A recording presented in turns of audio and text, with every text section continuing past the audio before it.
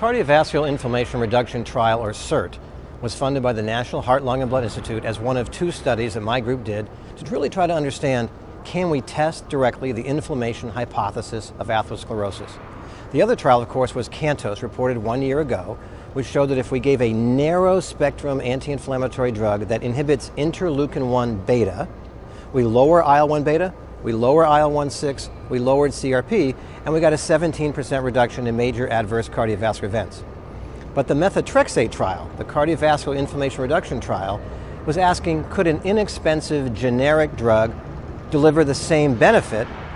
But remember, the mechanism of effect of methotrexate is actually not known, even though this drug has been the first-line agent to treat rheumatoid arthritis for the past 40 years.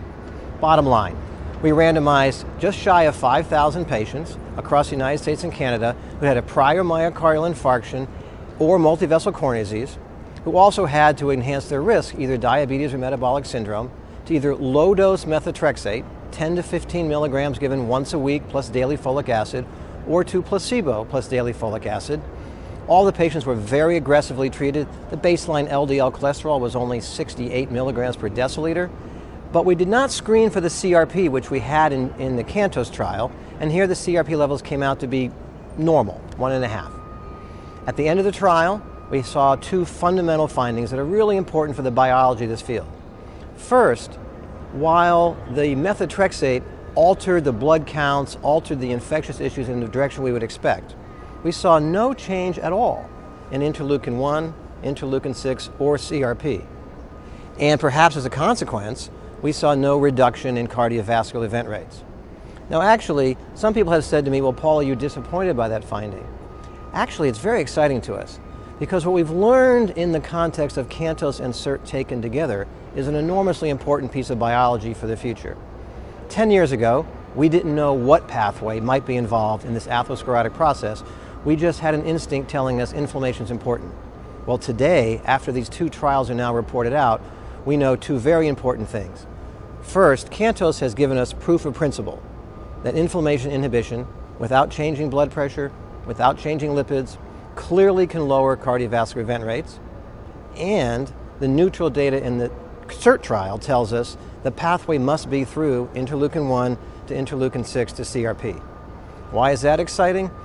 Well, that's telling us exactly where the future is going to sit. If you think about this broadly, when cholesterol drugs were first developed, we had to figure out, how do we find the HMG-CoA reductase pathway? This is analogous to that today. We now know that overwhelming likelihood is that IL-6 itself is a causal agent in atherosclerosis. We have that data from Mendelian genetic studies, we have that data from vascular biology, and now we have two clinical trials telling us if you do inhibit that pathway, it works, and if you give an anti-inflammatory that does not inhibit that pathway, it doesn't work.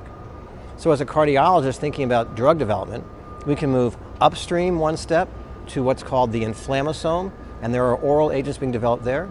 We can move downstream one step to IL-6 inhibitors directly, and we already have drugs that do that. And so the real question now becomes, can we find inexpensive, safe agents that are really going to add to lipid lowering to lower vascular event rates? So I look at this as 30 years of development. We started with an idea about inflammation, figured out that the high sensitivity CRP test can tell us who's at risk.